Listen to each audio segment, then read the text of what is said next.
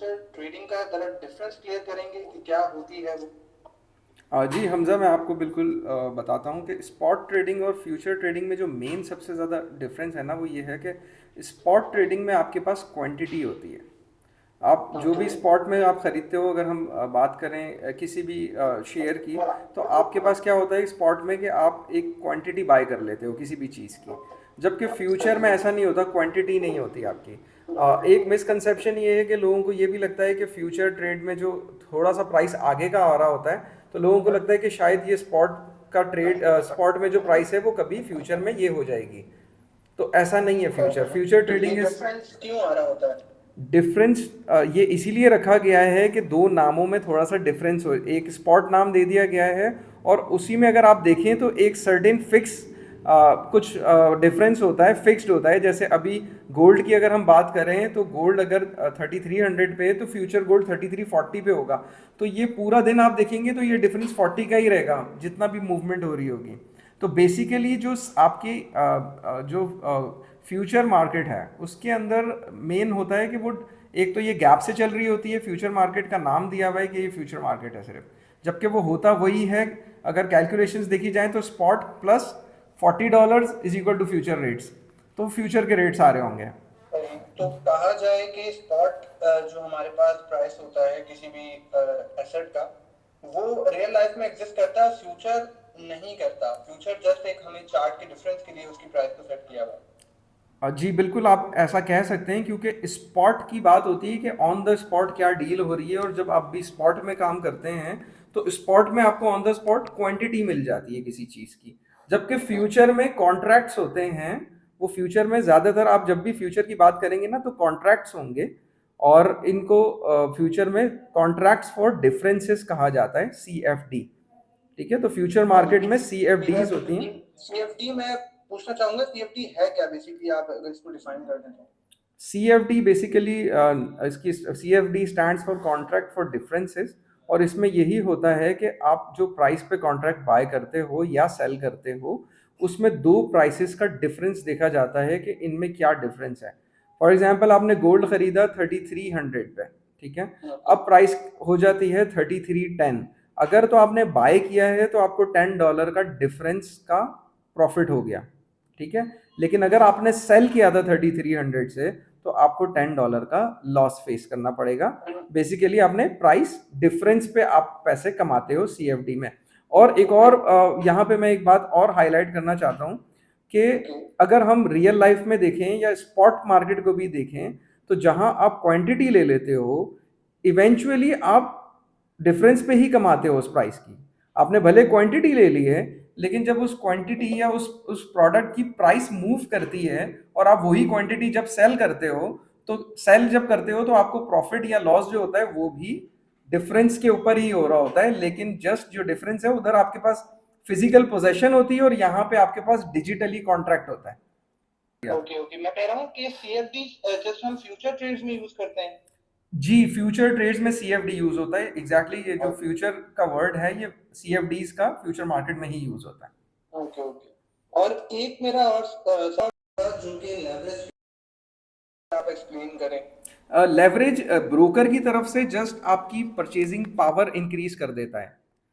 अगर आसान अल्फाज में मैं कहूँ, तो ब्रोकर आपको एक उधार पैसे दे देता है, या आपकी एक क्रेडिट लाइन आपको दे देता है कि आप इतने तक का उसके पास काम कर सकते हो। जैसे आपने देखा होगा कि ब्रोकर्स आपको अलाउ करते हैं कि 1:50, 1:100 या 1:500 तक की आपको लेवरेज दे देते हैं। उसका यही मतलब होता है कि अगर आप $1 डालते हो, तो मल्टीप्लाई में जब आप उसको लेवरेज से मल्टीप्लाई करते हो, तो आपके पास उतनी परचेजिंग पावर आती है। अच्छा, अब सवाल ये भी बनता है कि इतनी परचेजिंग पावर वो आपको देते क्यों हैं?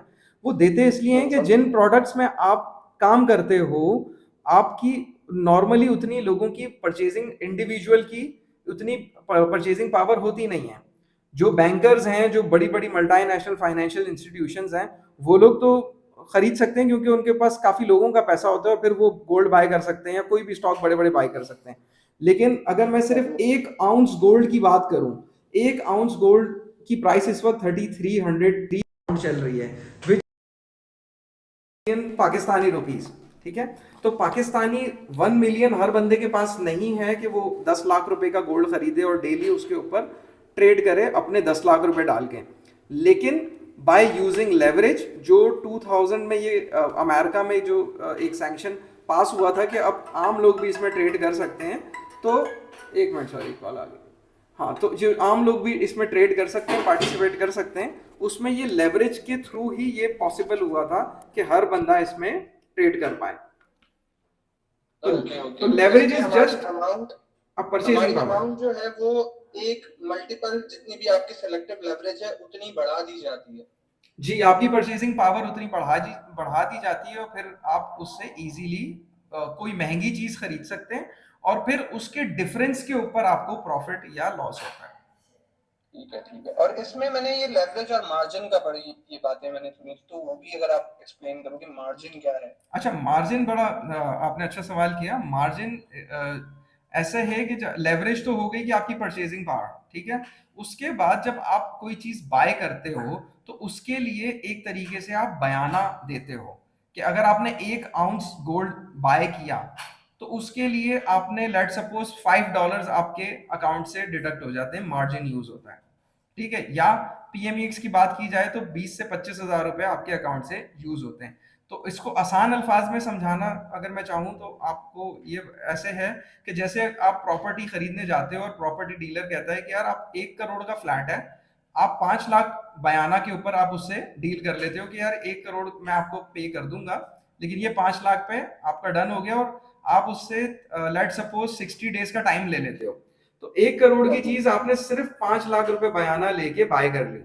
अब now you have 60 days to pay that money.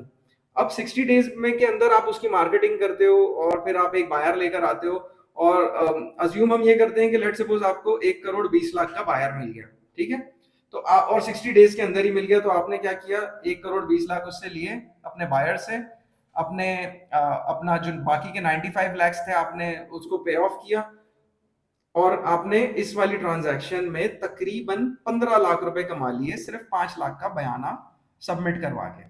Okay okay, ठीक है। अच्छा ये एक सिंपल सा सवाल होगा मेरा, ये मार्जिन जो है हमें ऑप्शन ब्रोकर के थ्रू मिला होता है ना, लाइक अगर हम बयाना दे रहे हैं तो या मार्केट में दे रहे हैं या फिर ब्रोकर में। हाँ, ये आपको जो है जैसे पीएमईएक्स में एक्सचेंज की तरफ से ही मिला हुआ होता है, एक्सचेंज की तरफ से आपको मिला हुआ। तो लेवरेज भी और मार्जिन भी, ये दोनों जब आप एक सिंबल की स्पेसिफिकेशन पे जाते हैं तो वहां पे ये सारी चीजें मिल जाती हैं आपको कि सही। कितना अच्छा, कितना यहाँ इस्लामिक पॉइंट ऑफ व्यू के हवाले से बड़ी चीजें सुनने को मिल रही होती है, तो हम ये सीएफडी जो है इससे हम इस्लामिक पॉइंट ऑफ व्यू से किस नजर से देखेंगे। देखिए, इस्लामिक पॉइंट ऑफ व्यू से मैं फतवा तो नहीं जारी कर सकता क्योंकि मैं कोई मुफ्ती तो नहीं हूँ। ये फतवा लेने के लिए तो मुफ्तियान इकराम के पास ही जाना पड़ेगा। वैसे हमारे पास पीएमईएक्स के शरिया कंप्लाइंट होने का डॉक्यूमेंट है, आप कहेंगे तो मैं आपसे शेयर भी कर दूंगा। और वैसे एक नॉर्मल इंसान एज अ नॉर्मल ट्रेडर के पास जो बेसिक नॉलेज होनी चाहिए, हम सारे मुसलमानों को, अब हम काम भी कर रहे हैं इसके ऊपर। तो इस्लामिक पॉइंट ऑफ व्यू से एक तो ये भी है कि काफ़ी चीज़ें पहले शुरू में नहीं इस्लामिक उसमें हमारे मौलवी हजरात ने जो या मुफ्तियान इकराम ने पहले बहुत सारी चीज़ें फ़ौरन टाइम टू टाइम नहीं हलाल की थी, बाद में जो है उनके ऊपर फतवे आ जाते हैं कि हाँ ठीक है अब ये हलाल है, ठीक है।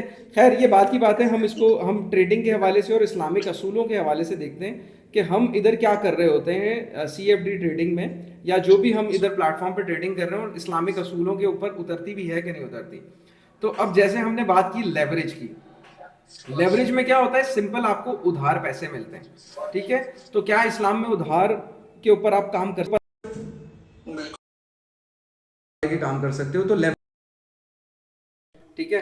फिर इसी तरीके से जो मार्केट में बयाना के ऊपर काम हो रहा है, जैसे मैंने अभी जस्टिफाई किया आपको कि बयाना क्या होता है, तो क्या बयाना के ऊपर आप किसी के ऊपर काम कर सकते हो, बयाना के ऊपर काम कर सकते हैं। अच्छा, जो आप ये जो ट्रांजैक्शंस होती हैं उसके ऊपर आप कमीशन भी पे कर रहे होते हो, ठीक है। तो कमीशन के ऊपर जो इस्लामिक पॉइंट ऑफ व्यू से कमीशन, किसी भी ट्रांजैक्शन के ऊपर कमीशन कमाना भी हलाल है, कोई इसमें वो कोई नहीं है इसमें इस तरीके का जी।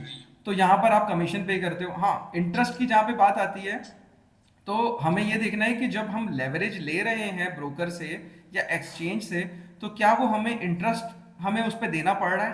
अगर इंटरेस्ट देना पड़ रहा है या स्वैप देना पड़ रहा है अपनी ट्रेड होल्ड के ऊपर, तो ये चीज़ जायज़ नहीं है। ये इंटरनेशनल ब्रोकर्स इसमें लेते हैं आपसे, तो वहाँ पे आपका काम करना इस्लामिक पॉइंट ऑफ व्यू से जायज़ नहीं होगा।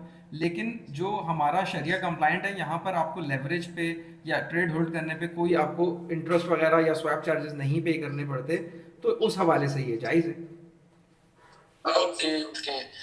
बट एक और सवाल अभी आपकी बातों से मेरे माइंड में आया कि what is the concept of sale, like अगर मेरे पास कोई चीज है ही नहीं तो मैं उसे बेच कैसे रहा हूँ?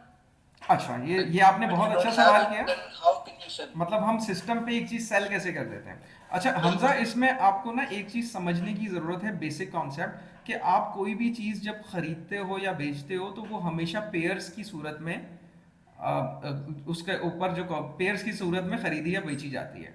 फॉर एग्जाम्पल, आप कोई मोबाइल खरीदते हो तो आप मोबाइल के लिए पैसे देते हो, रुपया देते हो और मोबाइल खरीद लेते हो। तो एक्सचेंज में क्या होता है, ये जो पेयर बना आपका मोबाइल और पैसे का बना, पीकेआर का बना।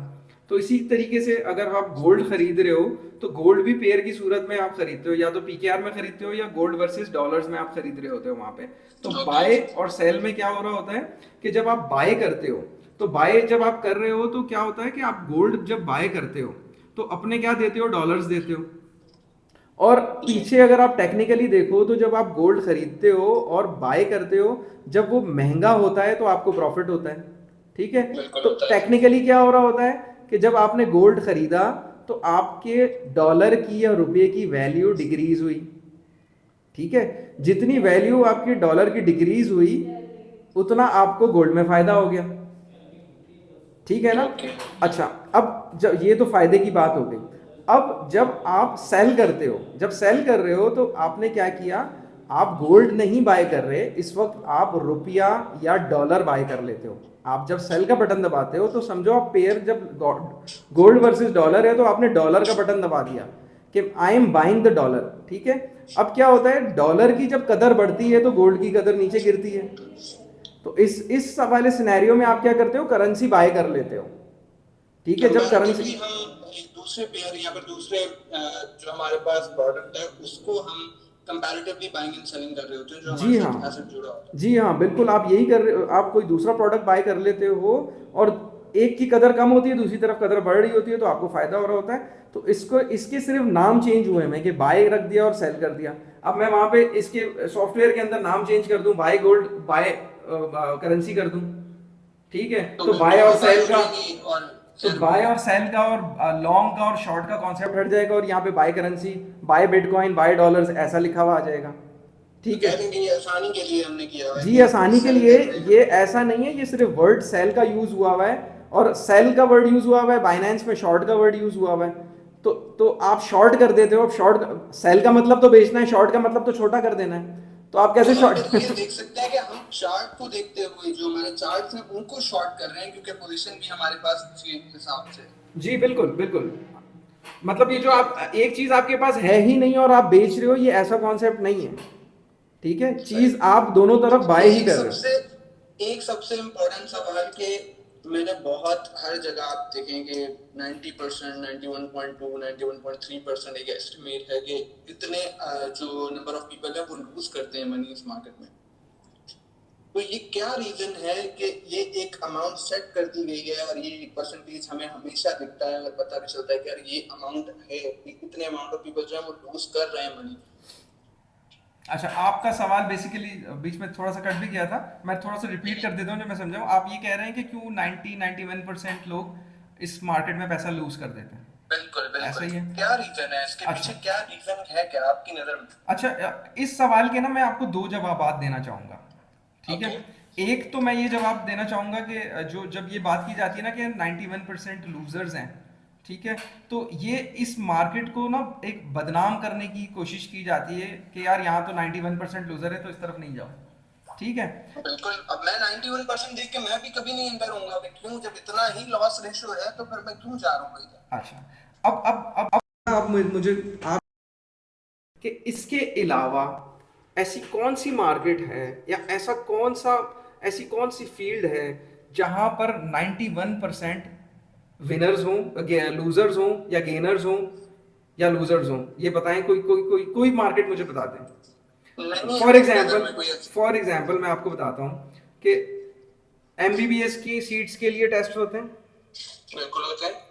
कितनी सीट्स होती हैं और कितने स्टूडेंट्स होते हैं? एग्जैक्टली। ठीक है, हार्डली आपके हमें पास चार, तकरीबन हर हर मिलियंस में हो रही है और हमें कुछ अमाउंट दिख रही है अभी अपना स्टूडेंट्स की कोई लाखों में। ठीक है, लाखों में स्टूडेंट्स होते हैं और आपकी सीट्स जो है चंद हजार सीट्स होंगी सब पूरे पाकिस्तान के अंदर। बिल्कुल। ठीक है, या पूरे इंडिया की भी बात करें तो पूरे इंडिया में भी ऐसे ही सिनेरियो है।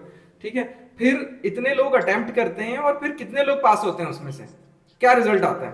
उस हिसाब से देखें तो कल हमारे तो 98% हो जाता है और जी 2% 98 क्या 99% लोग फेल हो जाते हैं वहां पे और कोई 1% लोग पास करते हैं। ठीक है, बिल्कुल। अच्छा अब इसी तरीके से आप जितने एग्जांपल्स ले लो, अभी एएसएफ की पिछले दिनों पोजीशंस आई थी। ठीक है, 30,000 लोगों ने अटेम्प्ट किया उस टेस्ट को, पोजीशन सिर्फ 3 थी। ठीक है, सिर्फ 3 पोजीशंस के लिए 30,000 लोगों ने टेस्ट स्टूडेंट्स ने जो है उसमें अप्लाई किया, 3 पोजीशंस थी। फिर आप ये देखो कि 75% उन लोगों ने रेशो रखा हुआ था पासिंग का, तो उसमें से कितने लोग पास हुए? ठीक है, बिल्कुल। अच्छा एक और एग्जांपल, पैसा लूज करने को ही लूजर कहा जा रहा है। मैं आपको एक दो एग्जांपल देके फिर इस मार्केट की तरफ लेकर आऊंगा। बॉलीवुड का हर किसी को शौक है। ठीक है, बिल्कुल। आपको पता है मुंबई में डेली 50,000 लोगों की लाइन लगती है, हीरो बनने के लिए आते हैं, हीरोइंस बनने के लिए आती हैं। तो आप ये देखें कि बॉलीवुड में हीरो हैं कितने जो टॉप के हैं। मुश्किल से अभी तक तो खान जो है वो 60s तक पहुंच गए, टॉप 3 में तो अभी तक वही हैं। ठीक है, उनके बाद सेकंड जो टेयर है अक्षय कुमार और ये वो आप लगाएंगे सही गोविंदा और ये वो अजय देवगन, तो ये भी अगर आप पूरे इनको टोटल भी कर ले, उसके आगे थोड़ी सी फेल हीरोज की भी लिस्ट आएगी तो हार्डली मेरे ख्याल से 15-20 हीरो निकलेंगे। बिल्कुल ऐसे ठीक ही। है, पूरी इतनी बड़ी इंडस्ट्री के लिए। और साउथ का आप देखेंगे तो साउथ जो उनकी है उसमें भी यही हाल है। ठीक है, तो सीट्स मौजूद हैं 15-20, उसके लिए डेली 50,000 लोग आ रहे हैं, तो बाकी सब फेल ही हो रहे हैं ना। कितने लोग तो लूज कर रहे हैं यहाँ पर, हमें सिर्फ एक परसेंटेज दिख जाती है इसलिए हमें बहुत बड़े नंबर लग अच्छा, रहा है। अब मैं आपको पाकिस्तान या इंडिया की क्रिकेट की भी एग्जांपल दे देता हूँ कि यार क्रिकेट टीम में कितने लोग होते हैं?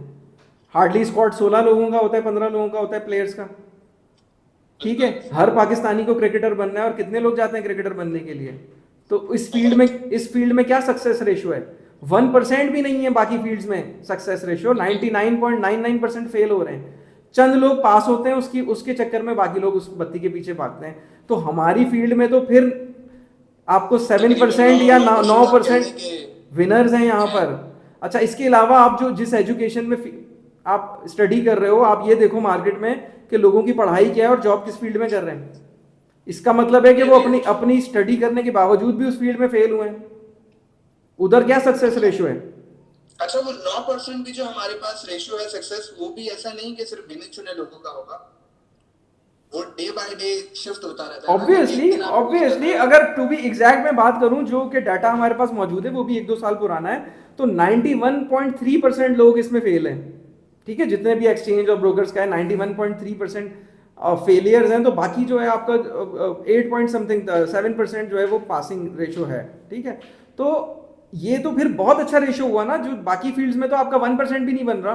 तो यहाँ तो फिर चलो 8% को छोड़ो यार, 5% ले लो, 95% लूजर रख लो, 5% रख लो विनर्स। तो आप इस परसेंटेज को अगर हम ड्रॉप करें तो आप क्या सजेस्ट करेंगे कि यार ये ड्रॉप हो सकता है तो किस तरीके से हो सकता है? अब मैं आता हूँ ना, देखें डॉट्स के थ्रू। मैं आपको ये अब देखें, अब तो हमें पहले हम ये देख रहे थे कि यार ग्लास कितना आधा है, अभी हमने ये देख लिया कि ग्लास तो ये वाली फील्ड में तो ग्लास फिर भी फुल है ना। 7% लोग तो है ना यहाँ पे।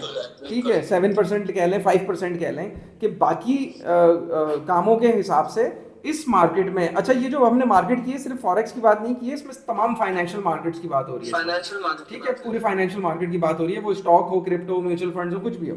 ठीक है, तो अब यहाँ पे विनिंग रेशियो फिर भी बाकी फील्ड से ज़्यादा है। अब बात आती है कि लोग यहाँ पे लूज क्यों करते हैं अपना पैसा, बहुत ज़्यादा पैसा क्यों लूज कर देते हैं? उसकी मेन वजह होती है कि वो प्रॉपर रिस्क मैनेजमेंट नहीं करते अपना। ठीक है, अगर तो रिस्क मैनेजमेंट करें, तो मैंने कोई ट्रेडर ऐसा नहीं देखा जो शुरू में उसने अपने लॉसेस किए और बाद में उसको जब ये बात समझ में आ जाए और वो प्रॉपर रिस्क मैनेजमेंट करता है। रिस्क मैनेजमेंट का मतलब होता है कि प्रॉपर स्टॉप लॉसेस और टेक प्रॉफिट लगाता है, रेजिस्टेंस और सपोर्ट को समझता है। ऐसा मैंने कोई ट्रेडर नहीं देखा, ऐसी मैंने कोई ट्रेड्स नहीं देखी, क्योंकि मैं खुद कई दफ़ा रिस्क मैनेजमेंट कर चुका हूँ एक एक इंडिविजुअल की। तो जो बंदा प्रॉपर स्टॉप लॉस और टेक प्रॉफिट्स लगाता है उसका अकाउंट कभी नेगेटिव में मैंने नहीं देखा। अब ऐसे लोग ही कम होते हैं, 5%, 2%, 3%। एक एक ब्रोकरेज हाउस में जो है 1000 के अगेंस्ट जो है 4-5 लोग होंगे जो ये कर रहे होंगे। तो प्रॉब्लम यहाँ आती है कि लोग प्रॉपर रिस्क मैनेजमेंट नहीं करते। अगर आप रिस्क मैनेजमेंट करो तो आपको कभी लॉस नहीं हो सकता और आप भी इन 7% लोगों में आ सकते हो। So all we have to do is हमें डिसिप्लिन के साथ काम करना है जी, आपको और डिसिप्लिन के इन साथ रूल्स काम को करना फॉलो है। करना है, तो फोमो ये फोमो ट्रेड परसेंटेज नहीं जो है वो करनी। मजीद ड्रॉप हो सकता है। इसमें हमजा आपकी ना जो आपको जो ये मैंने प्रॉपर रिस्क मैनेजमेंट का है, इसमें आपके ना साइकोलॉजिकल जो आपका इफेक्ट है ना, आपने अपनी साइकोलॉजी को भी बहुत ट्रेन करना पड़ता है।